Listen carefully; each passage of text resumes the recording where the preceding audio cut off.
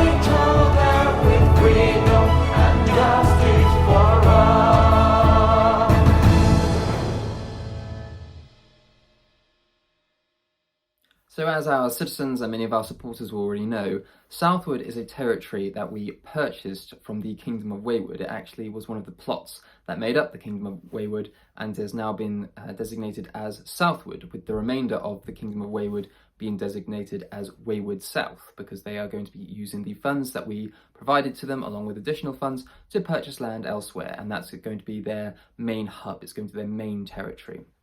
And so eventually they're going to be moving out entirely from Southwood. They are still there at the moment, utilising the land, but I am working with King Raoul of Wayward in clearing the land and preparing it for a proper transition, if you like, where it will simply become Stomarian territory.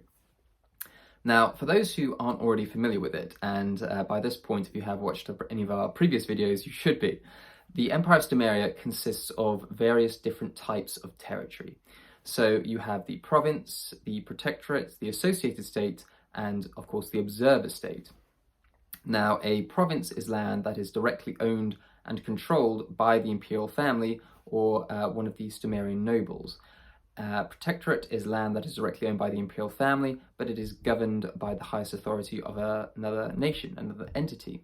And an associated state is a nation, an entity which has its own private freehold land to its name, but it has decided to freely associate with Stomaria. So we don't actually own the territory of an associated state. And an observer state is where a nation or a community doesn't yet have physical land and territory as we define it, as private freehold land. And so even though they don't have that, they can't form a part of the territorial empire, but they can nevertheless form a part of the wider Stomarian community and become integrated into it, into the trade network and into the wider system that we're looking to establish. Now, in an ideal world, we would only ever have provinces and associated states. The protectorates and the observer states are really just entry-level tiers. They're stepping stones as far as we're concerned, because the nations and the communities that join the Empire of Stomaria as protectorates or observer states, we do expect them at some point to jump to the next level and progress, in the sense that from both directions we expect them to become associated states. So, for instance, an observer state, obviously, because it doesn't have any land, it can't form a part of the territorial empire. But we do expect, in the fullness of time, for the nations and communities that are observer states to find that private freehold land, to acquire it and take complete ownership over it. And so the idea from that perspective is that they will be elevated upwards into the position where they are an associated state, because they now form a part of the territorial empire. Now, obviously, they would have already formed a part of the community at large anyway, so it wouldn't have made a drastic difference in that sense, but they would form a part of the territorial empire and become an associated state in that direction. Now, coming from the other way, the idea is that we could potentially purchase land on behalf of another nation, of another community, and they could govern it, and they could manage it, and they could benefit from it in that way. But again, the idea is that it wouldn't be a permanent fix. It would be only until the point in which they would be able to find private freehold land of their own. So in both of these directions, one being the observer state without any territory, and one being the protectorate where they don't have any territory, but they are nevertheless governing our territory, we do expect them to eventually become associated states, and that is the sort of long-term projection we have for all of the applicants that attain these sort of designations, become these protectorates and observer states. Now, Southwood was a very interesting case because the Kingdom of Wayward was already an associated state within the Empire of Stomaria. And so when they sold one of the plots to us, the land was effectively divided, but it was still a case of King Raoul governing both of these territories because nothing had actually changed. The established pathways and pens and vegetable patches and all the rest of it, that had all remained in place and still remains in place largely to this day. And so what happened was that the associated state of the Kingdom of Wayward then became an associated state and a protectorate, because it was split in half in the sense that half of it was controlled by the Kingdom of Wayward and half of it was owned by the imperial family of Stomaria.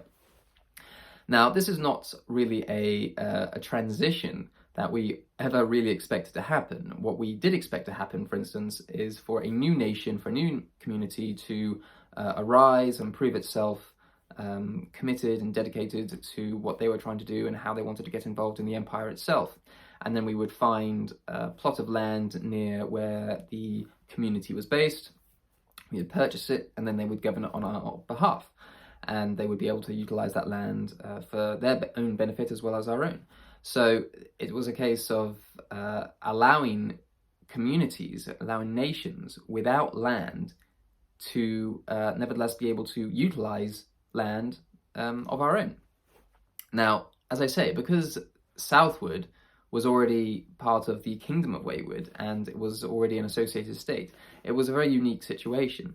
And that has caused not so much an issue, but it has caused a bit of a strange complication in the sense that we don't really want or need Southwood to be a protectorate, because even though King Raoul is perfectly capable of governing both of these different territories, Wayward South and Southwood, it isn't really necessary for him to do so, and especially since it is now Stomarian territory.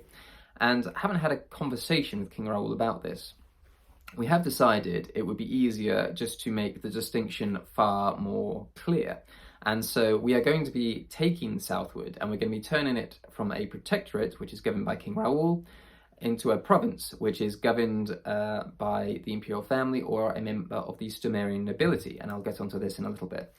But the idea is that, practically speaking, nothing will have effectively changed because the Waywoodians are still utilising Southwood. I am still working with King Raoul in restructuring the two territories as a whole, as one entity, in order to prepare it for the future Imperial Summit in June. But also we want to establish new vegetable beds, new pathways, new fortifications and all the rest of it. So that's all very exciting. But we're working hand in hand in being able to accomplish that anyway. So the idea that we have to have a protectorate and an associated state as opposed to a province and associated state isn't really necessary. And so we're changing the designation of Southwood from a protectorate to a province.